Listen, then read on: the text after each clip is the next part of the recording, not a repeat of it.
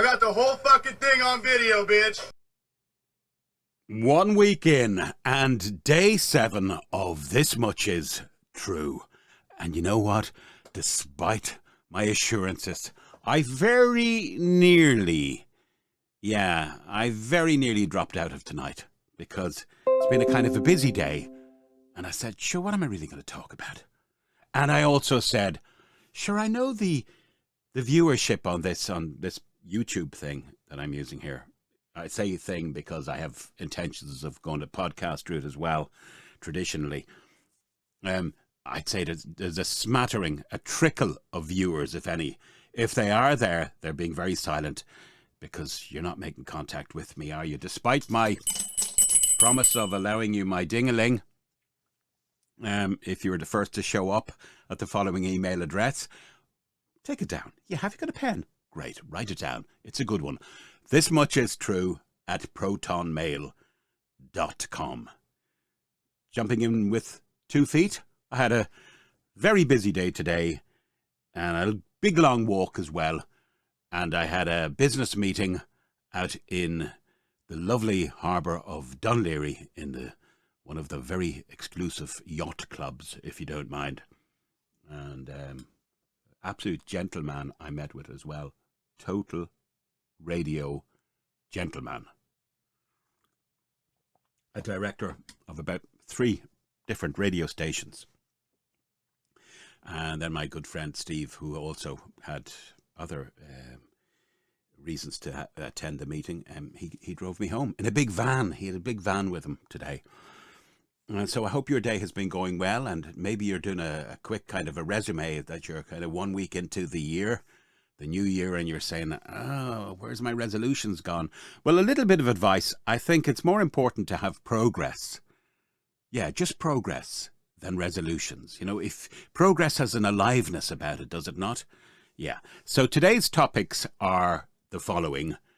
Again, I'm going to touch on social media and just be careful. Secondly, your first car. Start thinking about it now, because I have a story about mine. And then finally, we'll end off very zen-like with a little chat about meditation. So, before I go anywhere, congratulations to Cillian Murphy, who lives down the road, on his Golden Globe. My daughter served him because she does a little bit of Christmas work, sometimes in one of the big shops. And she said he was a gentleman. And I said, yeah, well, unfortunately, he's married as well. So, but congratulations to him and all the other Irish people. I'm surprised myself that I have not been the recipient of a Golden Globe Award. Because I did appear in a movie some years ago called The Lobster. You might remember it. I think it was a Greek director.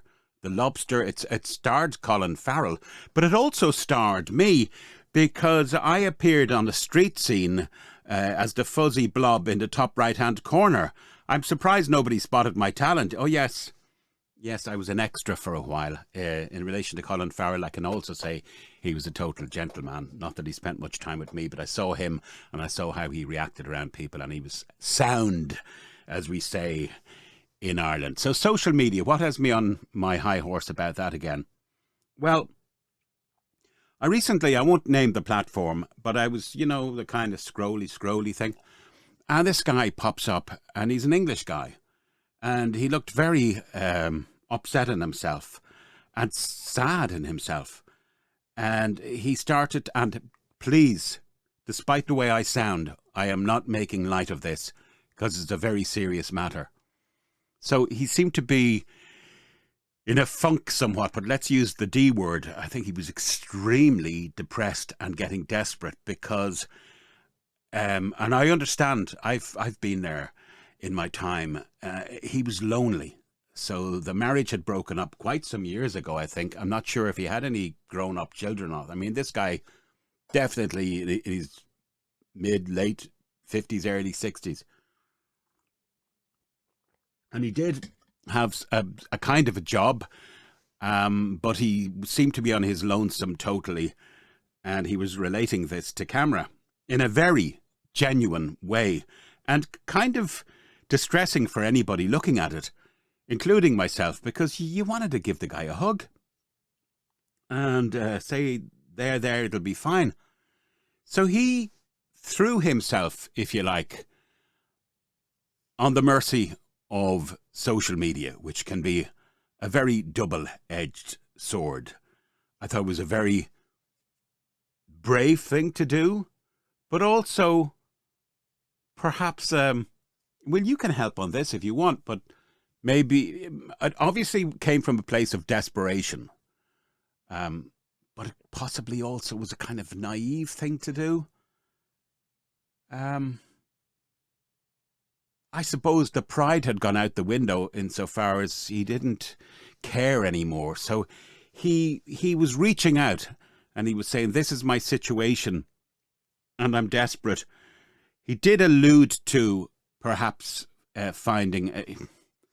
you got to be so careful when you say this, because I don't want him to come off in a bad light as such. But he seemed to, saying he'd like female company. And then he said that thing of, I'd like female company, but just female company for this, if he felt that way about company so much, why didn't he say male and female company? Because he didn't seem to want to go, and not everybody does, especially at our age, in that whole kind of intimate end of things. But look, the way I looked at it is, look, if you're looking for a partner, obviously you are, say, because you said you were specific about female, just say it. Maybe he was trying to take any creepiness out of it by saying, I just want to be friends. But, anybody could be your friend. But you were specific. Am I nitpicking now? You had to have seen this guy. Your heart would have went out to him. And a day or two later, I didn't particularly make any earmark on the thing or to see him again. But obviously he had a huge viral boost in ratings because he, unbeknownst or not, had become a little bit of soap drama in himself. People wanted to look in on him and see how he was getting on. And he appeared... Now, I haven't looked at him in weeks. I'm not even sure what the story is with him long term. And, excuse me while I drink this coffee, which I promised myself I wouldn't this year. So, anywho, a couple of days later, he pops up on the screen, full of the joys of spring. And he related, because, as Anne Frank said, most people, in general, she said, most people are good. So he had all kinds of offers of people making him chicken soup and bringing it around to his place. Well, I'm being facetious there. But of friendship and offers to reach out and connect, if you like, including one from a lady. Now, it appeared younger than him, but she said that she would, I'm not even going to name the country because I don't want this guy's identity or anything, but a very nice part of the world. And I think she might have been in her 20s or 30s, but she said, look, when I'm going back she was in England and so was he. She was saying, when I'm going back to this country, for my holidays to see my family, I'll take you with me and I'll show you around the country. So he was all excited by that, and who wouldn't be? Plus all the other good intentions that were digitalized his way within a very short space of time. He had gone from the bottom of Death Valley to the top of the Empire State Building. So in terms of popularity, and so it had worked. His desperate plea to connect had worked. And I thought, great, let's go off into the sunset and be happily ever after. A day or so... Are you bored? Just bear with. A day or so later, you can tell how interesting my life is. I was back scrolling through the thing, and who pops up but your man again? Only this time, he has a terrible depressed look on his face, like all the woes had walked in again. And he basically had a face like a plate full of mortal sins. Only a mother could love it. Yeah, it was bad. I mean, he just looked. And what he was doing at that point, now this is where I kind of... Call me what you want. Perhaps you think I'm being harsh. I don't mean to sound it. But at this point, I begin to get a pain in my arse with him because he was, you won't know this word, most of you, but he was mooing, he was pulling a face to the camera. Now, he was obviously in the depths of depression. I get it. And by the way, I said earlier on, I understand it. I've been there. I've been lonely in my life. Not for many years. But I know what it's like to be depressed. And these days, I don't even get depressed anymore. I kind of despair a bit. I despair at the state of the world. It's a much bigger depression, I think, that's to be encompassed than a singular one. But because he was kind of Johnny No Mates, his message this time around on camera was, "This is what it's like." And he sounded like he was going to take his life. But I'm saying to myself, if you're going to, God, I'm sorry, I keep double checking myself because I don't want to seem insensitive. But I'm thinking, well, look, if that's the way you're going to go, I don't particularly want to be around to see it. And also, why? Why would you put yourself up like that, in that state, on camera? You can't be that bad if you've decided that you're going to put this on camera. And look, with respect, you're not the only fucker in town who's depressed. This is where people sometimes need to root up the hole, as we say in Ireland. And before you start judging me, I'm saying this guy, yes, there are mental issues, absolutely. But you should be cognizant enough, without me lecturing you, to look around the world and say to yourself, well, look, there are a lot worse places to be than stuck in some frickin' grief hole with a bowl of beans, baked beans as company, and a webcam. You could be in Gaza watching over what your kids or what's left of your children or your life. You could be on the front line in Ukraine, having known nothing about vicious, violent, brutal warfare, and then you're pulled out of your village, or you're watching your house being shelled. And I know there are people that say that's easy to say. Well, it is easy to say. And it's a factual thing to say. Look, particularly if you are a guy who has his senses, has the ability to speak and communicate, and is alive, get on with it. Get stuck in.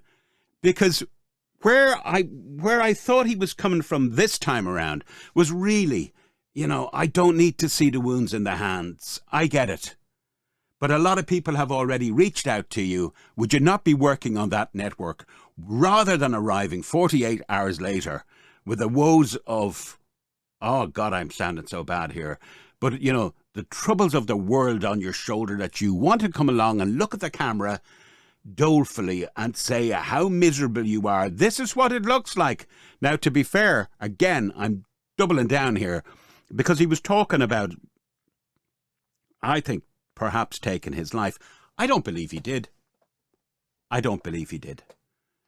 What was happening, whether he realised it or not, was he'd gotten traction, he'd gotten communication, and suddenly, for whatever reason, maybe a bit of depression, yeah, but to quote a guy called Zig Ziglar, some of you might remember him, the late Zig Ziglar was an American motivational speaker, and he referred to instances where people would adopt what he called a loser's limp.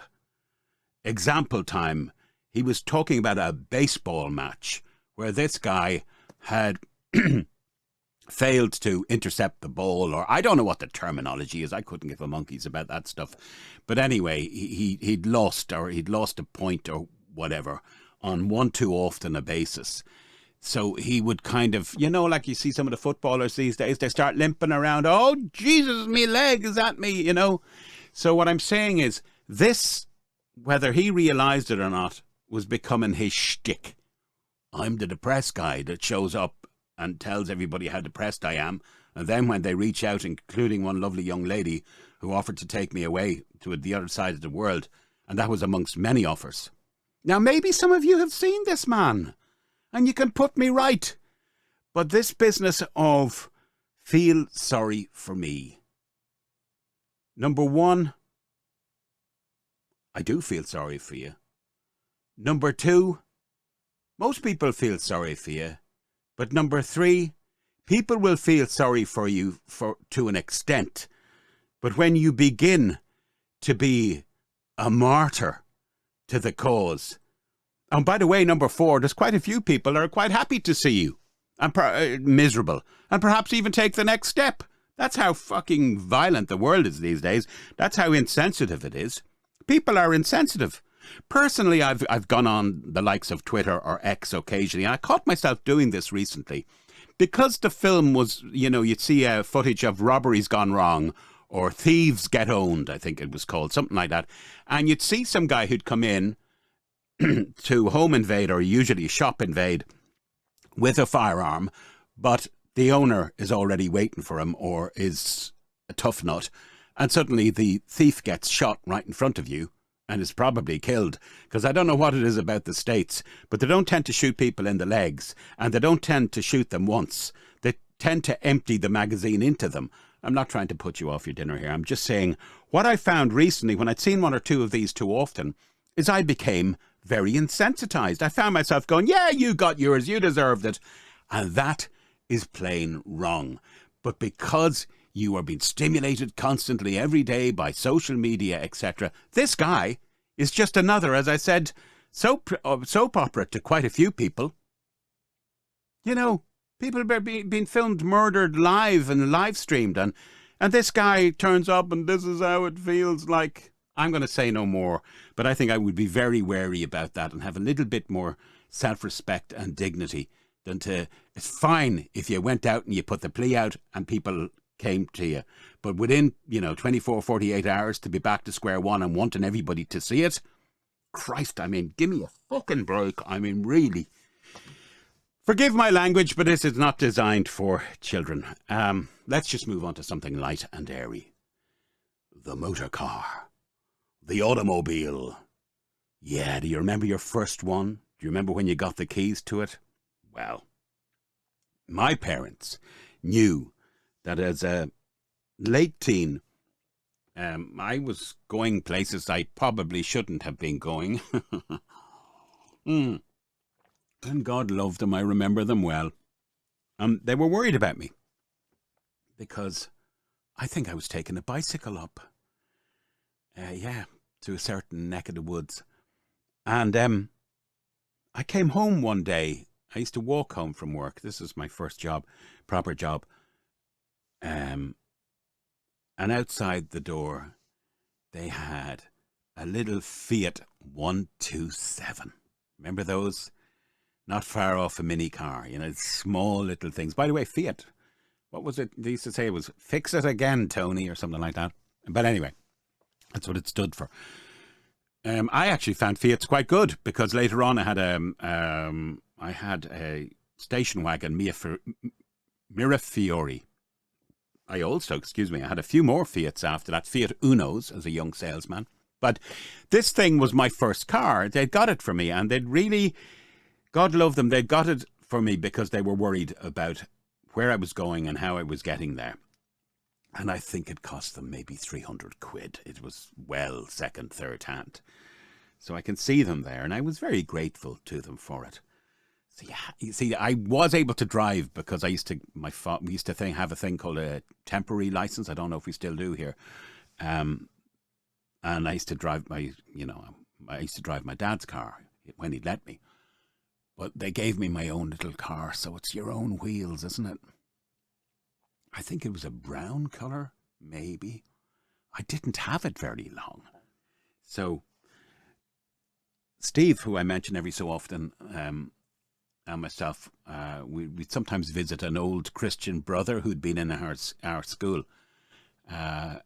We'd go up and we'd see him. And I know I was coming from him this particular night. I'd gone up to say hello to him. He's well into old age at the point. So I'd visit him, despite the fact he treated me like shit, I think, when he was his pupil. But back then I kind of caricatured him, and he got to know about it, but he saw the funny side of it. Anyway, all his power had gone in terms of intimidating me and a lot of other students because of my clowning. One of the things I used to do is I took his face out of like the school annual, And I just, with a razor blade, I chopped his face out, and I used to put it in the face of my watch. So when he'd be leaning over my desk, he didn't realize that I was waiting to be caught. You know, I was like daring myself. I said, no, I've got his face in my watch. He doesn't even notice it, you know. Anyway, I'm driving back after meeting this guy.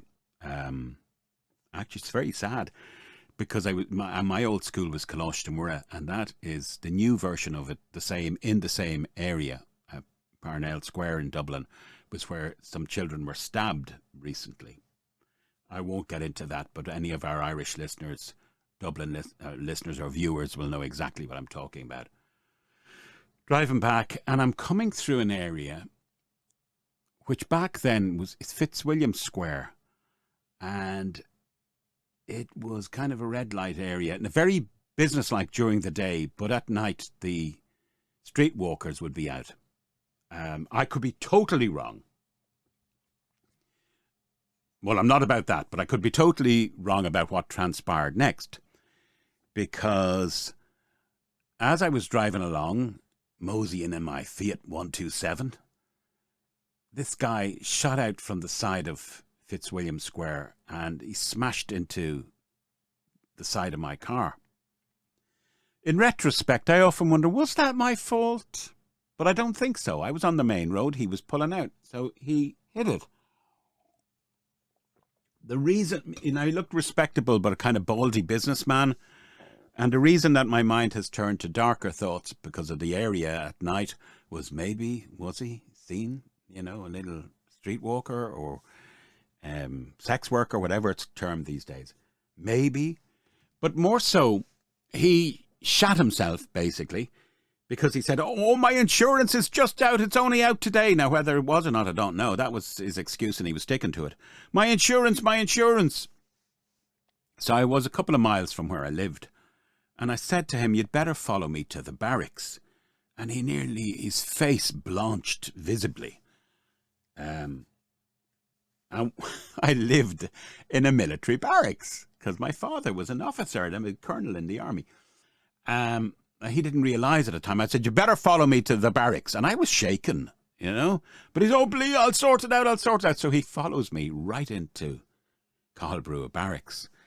And I introduced him to my old man, who, I don't know, just shook his head when he saw me in the state of what was left of my car.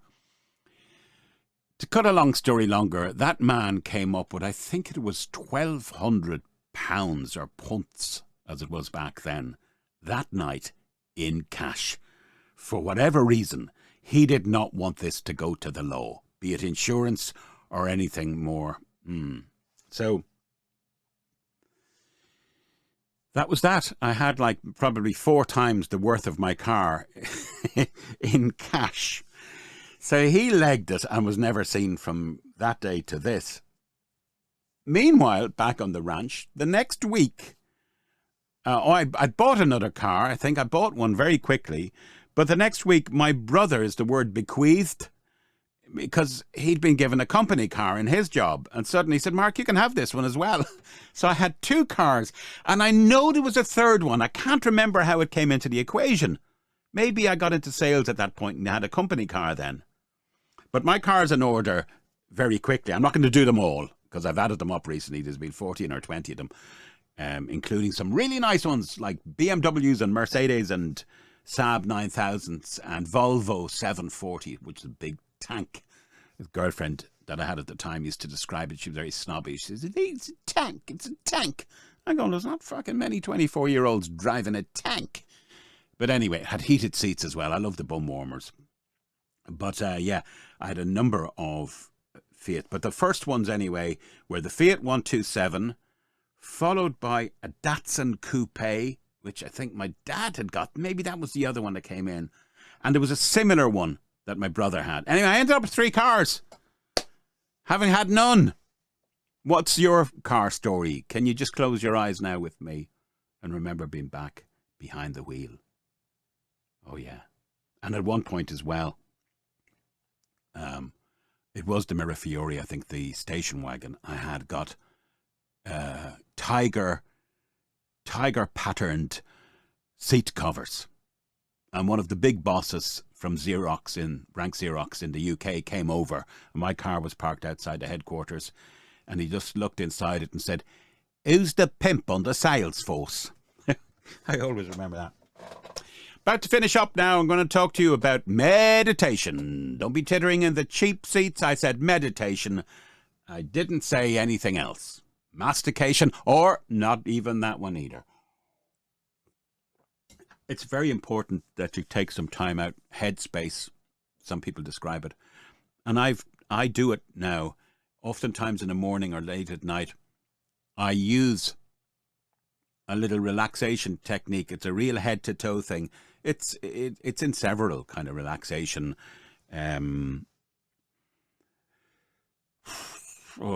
whatever you'd call practices.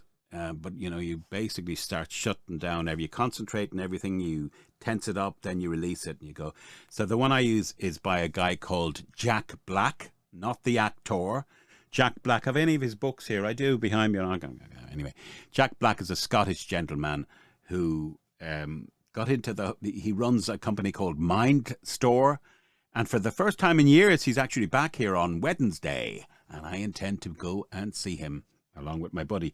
We are Mind Store members, and we'd go there every so often around Scotland or England or Ireland, and we attend these seminars. And his techniques have always generally worked for me. And there are great people, like I mentioned, Zig Ziglar or Tony Robbins. They are great people. But it's the deep meditation I think you need, especially when you get to a certain age. You've got to slow it down. Take stock, or just be. You hear the animation in my presentations. What must it be like living with me? But you need to shut down, even for 10, 15 minutes. And the Mind Store technique makes you imagine, this is to use both sides of the brain, the left and the right. An imaginary place you go called the House on the Right Bank. And Jack, not that he's looking at this, but Jack's voice is so kind of lush and Scottish, and is Glaswegian, but very relaxing. I said it to his face, and I said, "Look, it's your voice that gets me, and it just gets me relaxed." And thank you very much, Sean. Thank you. So he got that butter, isn't that what it's called? The Scottish butter, and it's very good. But if you go into deep meditation, sometimes I think you can almost reach an outer body state. Now, I know there are people who practice this, and it's very regular for them. For me, I'm going to put a link below. I'm going to show you. If you follow it, it's quite bizarre. It was filmed about, 20 years ago, 15 years ago, by a guy, whether he is a doctor or not. He goes by the name of Dr. Mark Harries, Harries. And I don't know he's maybe in his 50s when he filmed it. So I was wondering, was he still with us? And he is, I think. And I first came across this guy on YouTube, probably around circa 2007, 2006. And it's a really bizarre video insofar as it's filmed. It looks like a safe house or something, It's very bland. And there's noise coming from behind him. I don't know whether he's in an office with the stairs behind him or... but he relates a story. Check out the link. Maybe tell me what you think of him. There's two parts to it. And I think it's along the lines of either what happens... Yeah, I think it's what happens after we die. Because he believed through... after an attack, he'd been through a physical attack, he was really shook up afterwards. And he used to kind of meditate or pray deeply at night that this would never happen. And he'd often end up in his mind in the spot where it was an attack in an alleyway by four guys. There's a story behind it, but I won't spoil it for you. You can go watch it. The link will be below. And he reached a point where he felt he'd gotten into maybe the fourth dimension, because I think, what is it we see in front of us? There's behind us, and there's up, and there's down. Anyway, it might have been fifth dimension, whatever it was. And he claimed that he got to a spot where he understood everything about himself. And this had came out of the blue to him when he was just in this state of meditation. He knew everything about everybody. He knew everything about himself. He loved everybody. He didn't want to go back, and you often hear that. He didn't want to go back to wherever this nirvana he had arrived at mentally.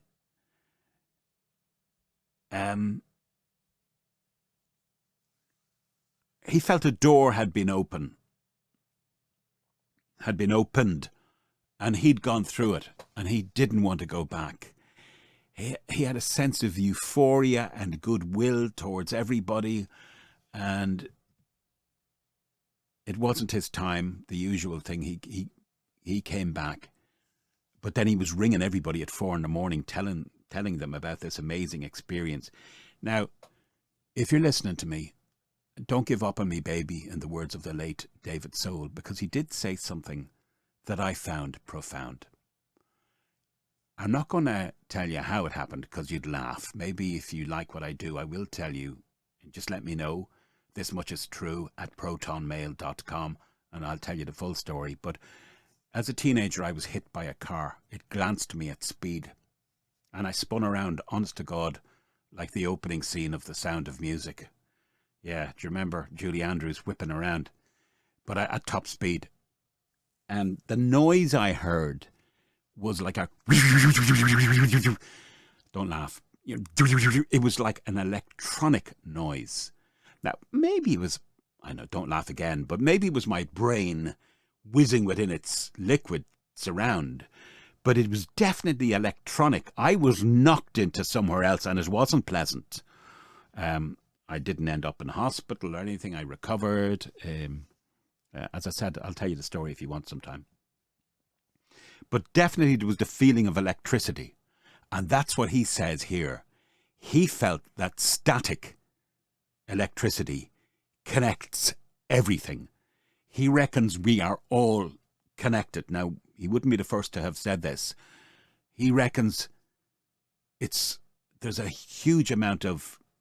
I mean, even like as I move here, these are all electronic signals being sent. If you move, static, he thought, was central to whatever is the next dimension.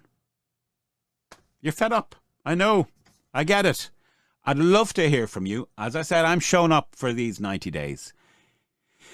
If it kills me, and it probably will, it would be great to hear some feedback. And by the way, Nigel, thank you for looking out for me. I'm well aware that the thumbnails, I could be doing a better job of, maximizing what YouTube has to offer. I'm kind of busy. I think I will try and adopt some of it, though, because it just might lead to more viewers. The way I think I'm going is, let's face it, I have a face for radio, and I'm more inclined, as a broadcaster in my day, to go audio on this. So people can walk around with me in their ear pods, perish the thought. But I do appreciate it, Nigel. You're a great old character, and I'll give you a shout soon. Maybe you'll come on this show and we'll talk. How about that? Would you like that? Because I find it really interesting, all about Birmingham, where you grew up, and this, the factories. And I'm not just saying that to you. I really find that fascinating. Not to mention all the music we have in common as well. The Brummy bands like Slade and... who else? Yeah, of course, Duran Duran, who I couldn't live without. And, the other ones as well. Deep Purple from there, no? One of those heavy bands was. And, of course, our friend in Wizard as well. I'm talking too much. Please make contact with me either through the YouTube comments below. I'll put a link into the Dr. Mark Harries thing, and I'll also send you that email again. Who's going to be first to hear the ding-a-ling? And again, if you need to get me on that, it is This Much Is True at protonmail.com. Take care, because I care.